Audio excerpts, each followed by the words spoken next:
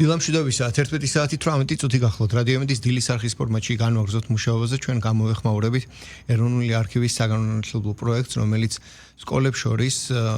სასჯიბრო ფორუმების გამართვას რეგიონულ ფორმატში გულისხმობს და უკვე მრავალწლიანი ტრადიცია ამ თემატიკისა და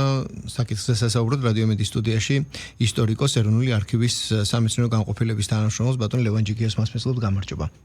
მოგესალმებით, მესალმები რადიო მსმენელს, მადლობა მოწვევისთვის. თქვენ მადლობა სტუმრობისთვის. ბატონ ლევან, საქართველოს პირველი დემოკრატიული რესპუბლიკა აი ამ სახელწოდებით როგორც ჩვენ ეთერში შემოსვლამდე საუბრობდით, უკვე მე რამდენი წელია არსებობს პროექტი, რომლის ფარგლებში სკოლის მოსწავლეები ერთმანეთს ეჯიბრებიან და ამ მნიშვნელოვან ისტორიულ მონაკვეთზე ერთის მხრივ მათი ცოდნის დონე უფრო მაღალია და მეორეს მხრივ ამ ცოდნის შესაბამისად კიდევ გამარჯვებლების გამოვლენა და მთელი სტრუქტურა როგორც სტანდარტულად სკოლებს შორის შეჯიბრება. პირველ რიგში გითხარით წლევანდელი შეჯიბრი რა მათემატიკით ან რა საკითხით განსხვავდება თუ არა როგორია ჩართულობა სკოლების მხრიდან ისეთია მოთხოვნადია ინტერესი როგორც ადრე იყო თუ არა და ასევე საინტერესოა შემდეგ იმ დეტალზეც საუბარი რომ ადრე კონკრეტულად პირველ რესპუბლიკას ანუ იმ 3 წელიწადს მოიცავდა და შემდეგ 24 წლამდეც გაიზარდა პერიოდი თუ არ ვცდები და ამან რამდენად უფრო საინტერესო გახადა თუ არა თვითონ მოსწავლეთა ჩართულობა. საინტერესო და მრავალმხრივი კითხვა არის, მანამდე მოგახსენეთ, რომ საქართველოს ეროვნულ არქივს არაერთი პროექტი აქვს, მათ შორის გამორჩეულია სწორედ ეს პროექტი, საქართველოს პირველი დემოკრატიული რესპუბლიკა, რომელმაც სათავე აიღო 2015 წელს და იქიდან მოყოლებული ყოველწლიურად პერმანენტულად ხორციელდება ის, რაც შეეხება სკოლების ჩართულობას 2015 წელს, როგორც ჩანს, ინფორმაციის გავრცელებაც ვერ მოხერხდა სათანადო დონეზე, ამიტომ სულ რამდენიმე სკოლა მონაწილეობდა პროექტში, თუმცა აი გასულ წელს უკვე მონაწილე სკოლათა რაოდენობამ 230-ს გადააჭარბა, ასე რომ კონკურსი მაღალი არის. მაღალი ჩართულობა არის და აი აქედან გამომდინარე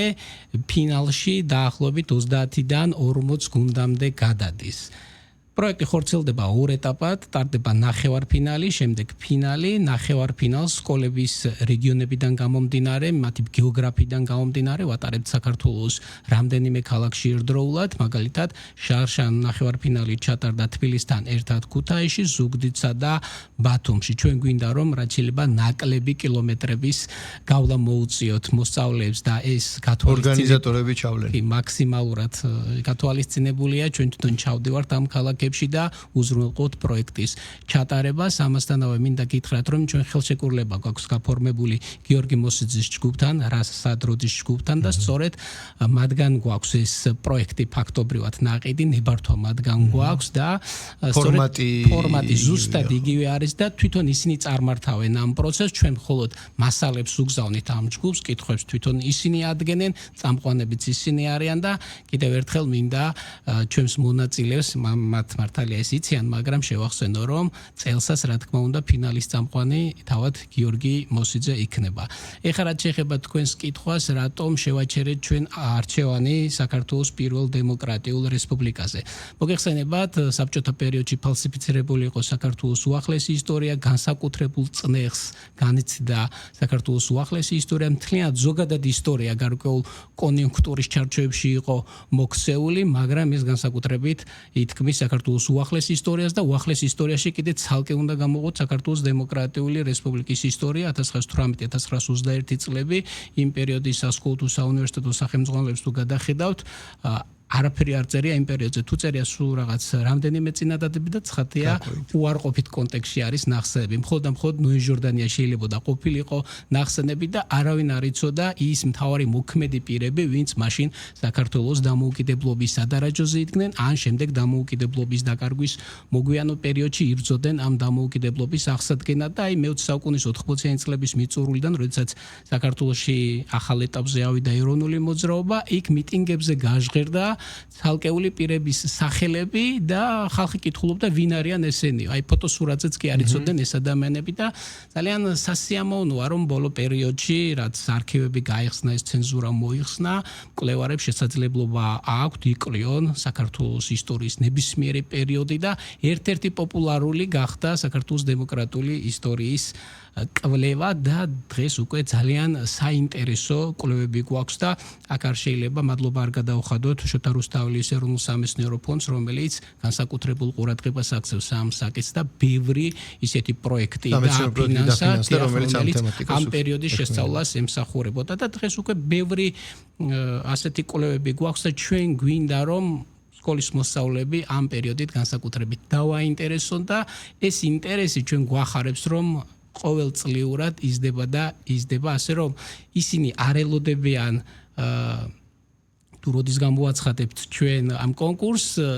ზიან და როგორც თვითონ გვეუბნებიან ემზადებიან მთელი წლის განმავლობაში. რო დავაზუსტოთ და შემდეგ უკვე ამ 3 წლიანი პერიოდის გაზრდის საკითხსაც გამოვეხმაუროთ. თქვენ ბრძანეთ რომ მასალებს თქვენ უგზავნით და შემდეგ უკვე იმ მასალებიდან ხდება ფორმირება კითხვებისა. გასაგებია ღია წყაროები, ისტორიის ძველი თუ ახალი გამოცემები, წიგნები და ასე შემდეგ, სადაც იგივე 1918-21 წლებზე ინფორმაციაა. თუმცა თქვენ აქცენტს ცდილობთ რომ აქცენტი გააკეთოთ ახალ მასალებზე, სამეცნიერო კვლევით მასალებზე, რომელიც ამ ეპოქას და პერიოდს უკავშირდება და ასევე თქვათ არქივში მოპოვებული მასალების და აი ამ დოკუმენტების ერთობლიობიდან შეიქმნას კითხვები, რომ კიდე სხვა პრიზმაში დაინახონ და არასტანდარტული ღია წყაროებიდან მოვლენა? დიახ, რა თქმა უნდა, ჩვენთან ინახება დოკუმენტები, რომლებიც საქართველოს დემოკრატიული რესპუბლიკის ისტორიას სრულად მოიცავს და მეცნიერები, რომლებიც აქვეყნებენ ამ საკითხზე ნაშრომებს, ისინი მოდიან და ეროვნულ არქივში მუშაობენ და გარდა იმისა, რომ უკვე გამოქვეყნებულ პუბლიკაციებს უგზავნეთ ჩვენ დარეგისტრირებულ სკოლებს, ასევე უგზავნეთ საარქივო დოკუმენტებს, რათა მათ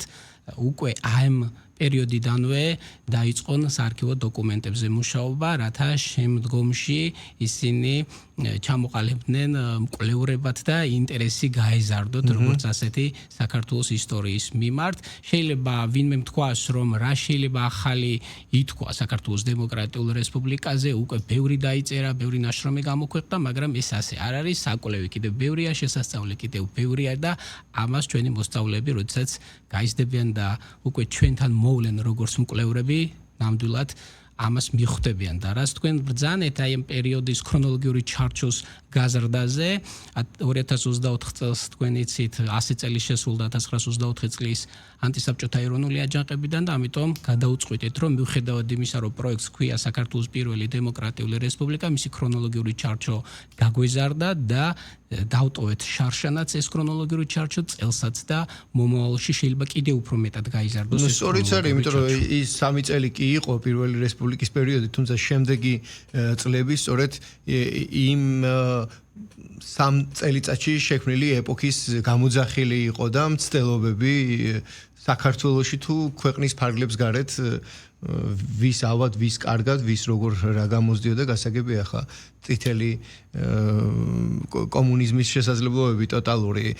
მაგრამ სხვადასხვა დღეს ის დღეა, როდესაც ჩერჩილმა პირველად ამერიკის შეერთებულ შტატებში ვიზიტისას მეორე მსოფლიო ომის შემდეგ გააჟღერა პირველმა ფრაზა რკინის ფარდა. და ამ ისტორიის მომსწრენი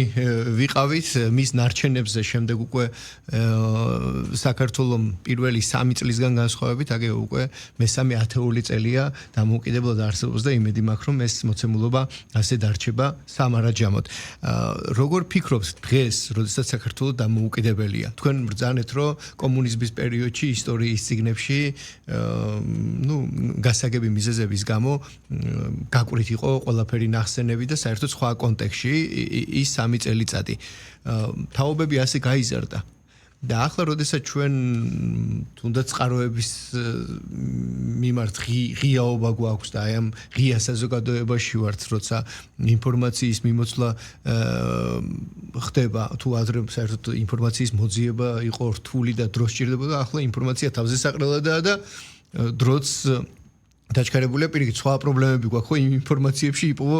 რეალობის შესაბამისი მნიშვნელოვანი და განსაკუთრებული. მოკლედ კითხვა საით მიმყავს თანამედროვე დამოუკიდებელ საქართველოში მცხოვრების სკოლის მოსწავლეებისთვის კი ვამბობთ რომ საქართველოს უახლესი ისტორია, მაგრამ ეს მათთვის მაინც რაღაც გარდასული დღეები ეპოქა და ძველი დროა. აი მათი აღქმადობა როგორია და საინტერესოა ალბათ მასწავლებლების როლი, რომლებიც გაიზარდნენ რაღაც კუთხით ან ქონდათ შეხება ასე თუ ისე ძველ ეპოქასთან, ძველ დამოკიდებულებასთან და ახლა მუშაობენ სრულიად სხვანაირად ამ თემატიკასთან მიმართებაში. მათი დამოკიდებულება, ინტერესი და აღქმადობა თქვენი როგორც ისტორიკოსის შეფასებით, თქვენი სუბიექტური ხედვით როგორია? აი მინდა ერთი ძალიან საინტერესო ფაქტი გავიხსენო თუ როგორი იყო საბჭოთა პერიოდში საქართველოს უახლესი ისტორიის მიმართ დამოკიდებულება. მაგალითად ივანე ჯავახიშვილმა 3 მოწაფე გამოარჩია და თითოეულ მათგანს საკვლევად განუსაზღვრა საქართველოს ისტორიის კონკრეტული პერიოდი. სიმონ ჯანაშია საქართველოს ძველი პერიოდი, ნიკო ბერძენიშვილს საქართველოს ისტორიის შუა საუკუნეების პერიოდი და კიდევ ერთ პიროვნება სახელს დაგვარს არ დავასახელებ, საქართველოს ახალი და უახლესი ისტორიის პერიოდი. სიმონ ჯანაშიას და ნიკო ბერძენიშვილის სახელები თითოეული ჩვენთაგანისთვის ძალიან კარგად არის ნაცნობები და მათი ნაშრომები ქართული ისტორიოგრაფიის მშვენება არის, შეიძლება ეს ხმამაღლა ითქვას, თუმცა იგივეს ვერ ვიტყვით აი მესამე პიროვნებაზე, რომელსაც მოუწია უფრო დიდი ხარკის გადახდა ცენზურისთვის, კონიუნქტურისთვის და ფაქტობრივად მისი ნაწერები დღეს შეიძლება ითქვას უმეტესობა მაკულატურას წარმოადგენს. აი ეს პერიოდი აქვს საქართველოს ისტორიას განვლილი და საბედნიეროდ აი ეს წნეხი რომ მოიხსნა, უკვე პოპულარული გახდა განსაკუთრებით საქართველოს უახლესი ისტორიის კვლევა. თუ კი მაშინ ახალგაზრდები გაურბოდნენ საქართველოს უახლეს ისტორიაზე წერას და საკვლევად ირჩევდნენ საქართველოს ძველ ისტორიას, შუა საუკუნეების ისტორიას, ამიტომაც ჩვენ ყველაზე უკეთ შესწავლილი გვაქვს საქართველოს ძველი ისტორია და შუა საუკუნეების ისტორია და არაჩვეულებრივი კვლევები გვაქვს, რომელიც საბჭოთა პერიოდში შესრულდა. და რაც შეეხება საქართველოს უახლეს ისტორიას, სამწუხაროდ ის ჩამორჩა ძველ და შუა საუკუნეების ისტორიას, აი კვლევის ხარისხის თვალსაზრისით. დღეს უკვე გადაიდგა ძალიან დიდი ნაბიჯი იმ თვალსაზრისით, რომ ეს ხაროეზი გამოსწორდეს და მადლობა ყველა იმ კვლევარს, რომელიც თავდაუზოგავად ზოგიერთ შემთხვევაში ენთუზიაზმის დონეზე მუშაობს და არაჩვეულებრივი სასკოლო სახელმძღვანელოებით შეიქმნა. მიუხედავად ამისა, ჩვენი მიზანი იყო ის, რომ მოსწავლეები არ შემოფარგლულიყვნენ მხოლოდ სასკოლო სახელმძღვანელოებით, ასევე მათი მასწავლებლებიც, რადგანაც მასწავლებლებიც დიდი ენთუზიაზმით ჩაერთნენ ამ პროექტში, როგორც კი გამოვაცხადეთ ის და დამატებით მივაწოდოთ როგორც პუბლიკაციები, სამეცნიერო ლიტერატურა, ასევე ცალკეული საარქივო დოკუმენტები, რათა მათ თვითონაც გაეცნონ აი ამ არაჩვეულებრივ კვლევებს, თვითონაც გაეცნონ ამ დოკუმენტებს და შემდეგ გაუჩნდეთ სურვილი, რომ გადადგან ნაბიჯი საქართველოს უახლესი ისტორიის ამა თუ იმ პერიოდის კვლევის თვალსაზრისით. ასე რომ ჩვენი ერთ-ერთი გათვლა სწორედ ეს არის, რომ მათში ვხედავთ პოტენციურ მკვლევრებს, პოტენციურ ისტორიკოსებს, რომლებიც დაინტერესდებიან საქართველოს უახლესი ისტორიით და ხვალ და ზეგ დაიწყებენ კვლევას ამ მიმართულებით და ის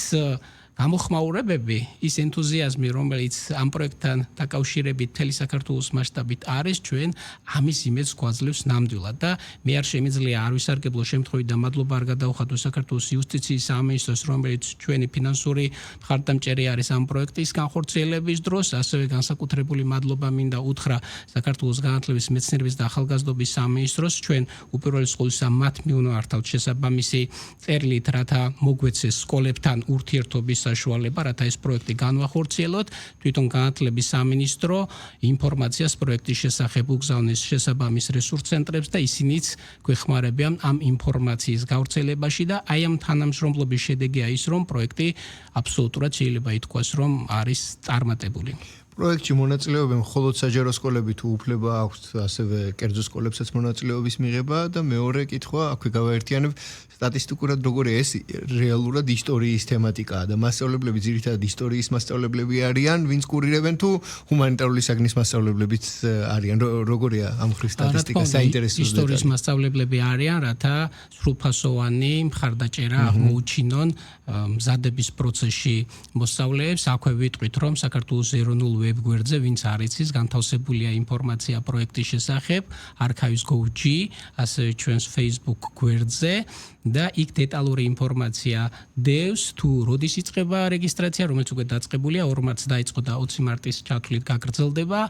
იქ თითოეულმა სკოლამ უნდა მიუთითოს მუნიციპალიტეტის დასახელება, სადაც მდებარეობს ეს სკოლა, სკოლის დასახელება. აქვე ვიტყვი, რომ რა თქმა უნდა, კერძო სკოლებსაც აქვთ მონაწილეობის მიღების უფლება და არანაირი შეზღუდვა ამ თვალსაზრისით არ არის. ანკეტაში უნდა მიეთითოს სკოლის დასახელება, ან სკოლის ნომერი, მათი მისამართი, ელფოსტა და ასევე გუნდში უნდა იყოს 5 წევრი, მათ შორის 1 კაპიტანი და ჩამოწერილი უნდა იყოს მათი სახელები და შემდეგში როგორც კი დარეგისტრირდებიან ისინი, ჩვენ ყველა ტიპის ინფორმაციას უგზავნით უკვე ამ ელფოსტის მეშვეობით, ასე რომ თავარი არის რომ პირველი ნაბიჯი თვითონ გადადგან და შემდეგ უკვე ჩვენ გვაქვს მათთან მუდმივი კომუნიკაცია. ჟიურის წევრებზეც გითხარით შემადგენლობა ვინ არის, რა ფორმატია, იმიტომ რომ თქვენ ახლა წარმოადგენთ ეროვნულ არქივს და თქვენი უწყება, ასე ვთქვათ, კი უწევს როგორც ხვდები ამ ყველაფერს ორგანიზებას, მაგრამ იუსტიციის სამინისტრო ახსენეთ, რასაც როდის ის ადამიანები ამ ცნობილი 3 სიტყვისგან შემდგარი ძალიან სერიოზული ინტელექტუალური კლუბის წარმომადგენლები, რომლებიც მონაწილეობენ და ფინალი, როგორც ვიცით, კიდევ უფრო განსაკუთრებულია. მოკლედ, ჟიური რა ფორმატით, რა კრიტერიუმით ყავთ შერჩეული და ყოველ წელს ერთი და იგივეა თუ არა? ჟიურის რაც შეეხება, ის დაკომპლექტებული არის ისტორიკოსებისგან, მათ შორის მეც გახლავართ ამ ჟიურის წევრი, ასევე დიმიტრი სილაკაძე, რომელიც გახლავთ საქართველოს ეროვნული არქივის სამეცნიერო განყოფილების თანამშრომელი და ასევე ჟიურიში არიან რასად როდის წევრები, რომლებიც ასევე არიან პროფესიონალი ისტორიკოსები და მინდა გითხრათ, რომ ნახევარფინალში ჩვენ გვაქვს 20 კითხვა, 20 კითხვას უნდა გასცეს მოსწავლეებმა პასუხი, პირველი 10 კითხვის შემდეგ არის შესვენება და აი ამ დროს უკვე გუნდის კაპიტნებს შეუძლიათ თუ კი რომელიმე პასუხთან დაკავშირებით აქვთ პრეტენზია მივიდნენ ჟიურისთან და ეს დააფიქსირონ და შესაბამისად ჟიური კიდევ ერთხელ განიხილავს მათ პასუხს. ასევე მოგვიანებითაც შეუძლიათ მათ ეროვნული არქივის ელფოსტაზე მოიწერონ წერილი თუ კი უკმაყოფილო იქნებიან შედეგებით, თუმცა ძალიან იშვიათად ხდება ხოლმე ასეთი რამ, რადგანაც უფრო მეტად ადგილზე წყდება ეს საკითხები, თუმცა ჩვენ მოგვიანებითაც რომ განვიხილოთ ასეთი საჩივრები, ამისთვისაც ცხადია მზად ვართ. თვითონ პროექტზე რო გითხრათ კონკრეტულად, ასე ვთქვათ, მის პოლიტიკურ ნაწილზე, სახელწოდებით საქართველოს პირველი დემოკრატიული რესპუბლიკა და ეს ძალიან სენსიტიური თემატიკაა, მით უმეტეს დღეს მიმდინარე გლობალური თუ შიდა პოლიტიკური პროცესების გათვალისწინებით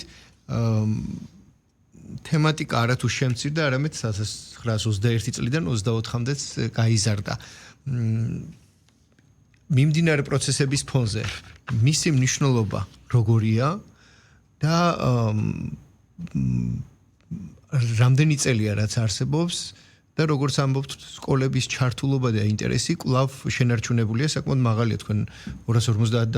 დაასახელეთ თუ არ ვცდები სკოლების ციფრი, ეს მეტყველებს, რომ ინტერესი საკმაოდ მაღალია და რამდენად ზუსტად გარტყუნული აღმოჩნდა, ასე ვთქვათ, ავტორების მხრიდან, სწორედ ამ პერიოდის არჩევა და როგორ უყურებთ მას ამ პერიოდზე მეტი ინფორმაციის მიღება, რას გვაძლევს ჩვენ საზოგადოებას, რამდენად შეიძლება ამანი მოქმედოს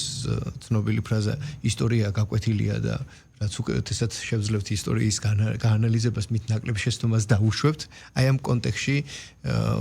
როგორ უყურებთ აი ამ თარიღზე აქცენტის გაკეთების მნიშვნელობასა თუ ღირებულებას? ხო, როგორც გითხარით, თავიდან ჩანაფიქრი იყო და პროექტსაც ასე დაერქვა საქართველოს პირველ დემოკრატიულ რესპუბლიკაზე ყოფილიყო მთავარი აქცენტი და რამდენიმე წლის განმავლობაში ეს ასე იყო, თუმცა რა თქმა უნდა 1921-1924 წლები, როდესაც დავამატეთ ჩვენს ამ პროექტს და გავზარდეთ ქრონოლოგიური ჩარჩო, პირველ რიგში მხედველობაში ქონდა ის, რომ საქართველოს სახელმწიფოებრივი დამოუკიდებლობის დაკარგვის შემდეგ განვითარებული მოვლენებიც, რა თქმა უნდა, გამომდინარეობდა 1918-21 წლებში მიმდინარე პროცესებიდან და ჩვენ განვიხილავთ 1921-1924 წლებში საქართველოში მიმდინარე მოვლენებს, როგორც ანტისაბჭოთა ეროვნული მოძრაობის პირველ ეტაპს. აქ იყო როგორც აჯანყებები, ასევე იყო ცალკეული ეროვნული მოძრაობის სხვა გამოვლინებები და მათ აპოგეას წარმოადგენდა სწორედ 1924 წლის ანტისაბჭოთა ეროვნული აჯანყება, რომელსაც მაშინ თითქმის მთელი საქართველო მოიცვა, თუმცა სამწუხაროდ ეს აჯანყება დამარცხდა და ამით ვფიქრობთ, რომ ანტისაბჭოთა ეროვნული მოძრაობის ის პირველი ეტაპი საქართველოში დასრულდა და უკვე შემდგომში უკვე უფრო უმძიმესი ხანა იწყება საქართველოს უახლეს ისტორიაში. ამიტომ 1918-1921 წლებთან უმნიშვნელოვანესია, რომ აქცენტი გავაკეთოთ და სწორი აღქმები გქონდეს 1921-1924 წლებში მიმდინარე მოვლენებზე, იმიტომ რომ ვიცით, რომ გარკვეული პერიოდის წინ ეს პროცესებიც ასევე დამახინჯებულად მიეწოდებოდა საზოგადოებას და პირველ რიგში მოსწავლე ახალგაზრდობას, ამიტომ ჩვენ გვინდა, რომ მათ ჰქონდეთ სწორი ორიენტირები, თუ რისთვის იბრძოდა მაშინ საქართველო, რა იყო მისი მთავარი მიზანი და იყო თუ არა ცალკეული ხარვეზები ამ ეროვნულ მოძრაობაში და თქვენ სწორად ბრძანეთ, წარსულ ჩვენ მხოლოდ იმისთვის კი არ ვსწავლობთ, რომ უბრალოდ ვიცოდეთ, არამედ ხშირ შემთხვევაში ისტორია მეორდება და აი ამ გამეორებადობის დროს გავითვალისწინოთ ის დაშვებული შეცდომები, თუნდაც შეფასებებში. ასე რომ ეს ჩვენი ერთ-ერთი მთავარი მიზანია და ესეც ერთ-ერთი მთავარი გზავნილი არის ჩვენი მხრიდან მოსწავლე ახალგაზრდობისთვის. გასაგებია, რომ ამ პროექტის არსი, ასე ვთქვათ, გრძელვადიანი სტრატეგიული გათვლისაა და გლობალური მიზნებს ისახავს ლოკალურად საქართველოსთვის, მაგრამ ჩვენთვის გლობალური მნიშვნელობისა და ღირებულებისაა და მეც იმედს ვიტოვებ, რომ მინიმუმ თუ კვლევარი გახდა, ისტორიკოსი გახდა და შემდეგ საერთოდ არქივში მოვიდა ეს ადამიანი და ეს პროექტი იყო ერთ-ერთი ამის მაგენერირებელი ფაქტორი, ეს ხომ ძალიან კარგი თუ არა და რაც არ უნდა სხვა პროფესიებში წავიდნენ, მინიმუმ ცოდნა გაღრმავებული აქვს ისტორიის კონკრეტულ ამ ეტაპთან მიმართებაში და მეორეს მხრივ თუნდაც ისტორიის მასწავლებლების კიდევ უფრო მეტად სიღრმისეული ჩართულობაა და ეს ისე უკვალოდ არ დარჩება და არ ჩაივლის, ხო? ამას ბევრი გამოხმაურება იქნება. ეს არის პროექტი, რომელსაც დამარცხებული არ ყავს.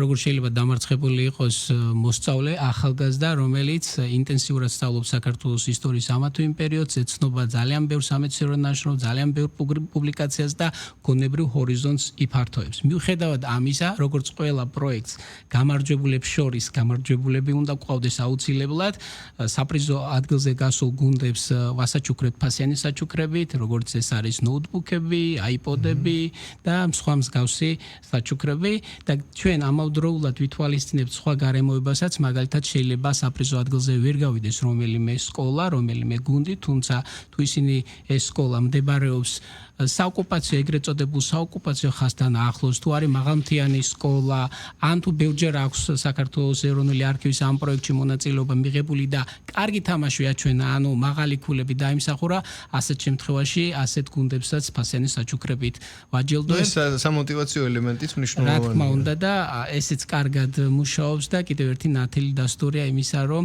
აქტიურად მონაწილეობენ სკოლები, თუნდაც სვანეთიდან დაწყებული, კახეთით დამთავრებული და მათ შორის აქ მონაწილეობენ აფხაზეთის სკოლებიც, იცით საქართველოს ხელისუფლების კონტროლერება ტერიტორიაზე არსებობს აფხაზეთის სკოლები და რაც ყველაზე სასიხარულოა, ისინიც აქტიურად ჩართული არიან ამ პროცესებში და კიდევ ერთი გარემოება, ქართველებთან ერთად პროექტში მონაწილეობენ ეთნიკური უმცირესობის წარმომადგენლები, მაგალითად აზერბაიჯანელები, მაგალითად სომხები და ეს განსაკუთრებით გვახარებს და რა თქმა უნდა, როდესაც მათი მხრიდან არის გადადგმული ასეთი ნაბიჯი, რომ იცოდნენ საქართველოს ისტორია და სწავლობენ საქართველოს ისტორიას, რა თქმა უნდა, ამას ჩვენ გულგრალად ვერ შევხვდებით და ასეთი სკოლებისთვისაც გვაქვს როგორც წესი ფასიანი საჩუქრები. კი, მით უმეტეს რომ ის 3 წელი და დამოუკიდებლობის პირველი დოკუმენტები, რასაც ჩვენ აქ ვუწოდებთ, ასე ვთქვათ, გვაერთიანებს მინიმუმ აზერბაიჯანსა და სომხეთს თბილისთან კონკრეტულად იმ ცნობილ შენობასთან აკავშირებს, რომელიც პოლიტიკური მართვის ცენტრი იყო 1917 წლამდე და შემდეგ უკვე პირველი შეკრების მათ დამოუკიდებლობა როგორც სომხეთმა, ისე აზერბაიჯანმა თბილისში 28 მაისს. და ეს ისეთი თემაა, მე მგონი საერთოდ საბოლოო სიგელების გამარჯვებულების გადაცემის ცერემონიალი ალბათ უკვე რესტავრირებულ ამ შენობაში უნდა იმართებოდეს, რომელსაც დღეს მოსწავლე ახალგაზრდობის სასახლე ქვია. აი სერტიფიკატს რაც შეეხება ჩვენ ყველა დარეგისტრებულ, ყველა მონაწილე გუნდს ვაძლევთ სერტიფიკატს თითოეულ წევრს, როგორც ასე. გასაგებია. მადლობა და ალბათ კიდევ ერთხელ უნდა შევახსენოთ სკოლებს, რომ 2 მარტიდან 20 მარტამდე გრძელდება, ხო? და 20 მარტამდე აქვს თარიღი რეგისტრაცია, შემდეგ უკვე 23 მარტიდან 30 მარტის ჩათვლით დარეგისტრებულ სკოლებს ჩვენ უგზავნით შესაბამის ლიტერატურას, რათა მოიმზადონ ნახევარფინალისთვის. ნახევარფინალი გაიმართება აპრილის ბოლოს, ზუსტ თარიღს მაშინ ვეტყვით, როდესაც უკვე სკოლების რაოდენობა გვეცოდინება და კონკრეტულად თუ თბილისის გარდა რომელ ქალაქებში ჩატარდება ნახევარფინალი, ხოლო ფინალი ჩატარდება მაისის ბოლოს თბილისში. გასაგებია. მადლობა სტუმრობისთვის და წარმატებულად ჩატარებას გისურვებთ კიდევ ერთხელ ამ კონკურსისას. რადიომედის სტუდიაში ჩვენ ეროვნული არქივის სამეცნიერო განყოფილების თანამშრომელს ისტორიკოს ბატონ ლევან ჯიქიას მასპინძლობდით და გამოვეხმაურეთ ეროვნული არქივის იმ საგანმანათლებლო პროექტს, რომელიც კონკურსის წესით სკოლებს შორის შეჯიბრებას გულისხმობს და მოიცავს საქართველოსთვის ამ უმნიშვნელოვანის ისტორიულ პერიოდთან მიმართებაში. ჩვენი სტუმართან დიალოგი რადიომედის Facebook გვერდზე აიტვირთება. დაახლოებით 15 წუთში მორიგ საინფორმაციო გამოშვებას მოისმენთ დროებით.